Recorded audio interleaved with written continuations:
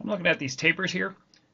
There's a really tight relationship between the heads-up display and the properties dialog. Okay.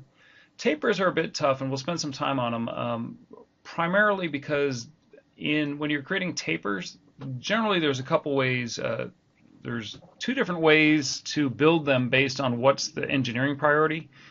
Are the offsets the primary concern, and the taper length, the ratio at which it tapers, it transitions from one offset to the other, is it secondary to the final offsets, or is the offset secondary to the ratio?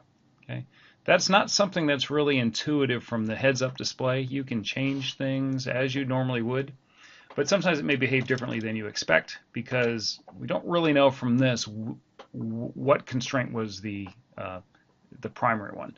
If I go to properties, properties tells you that, okay, this was done with the ratio versus the variable offset. Okay, and you can change it in utilities. So just be aware that the heads-up display, while really robust, there are some subtleties that sometimes you may have to look into the properties to see what's going on. But again, you can edit this all sorts of different ways. Just be aware that design intent isn't clear on that unless you look at the properties. We'll do this later in a later exercise. We'll do a variable offset taper and a ratio taper to show you what the difference is.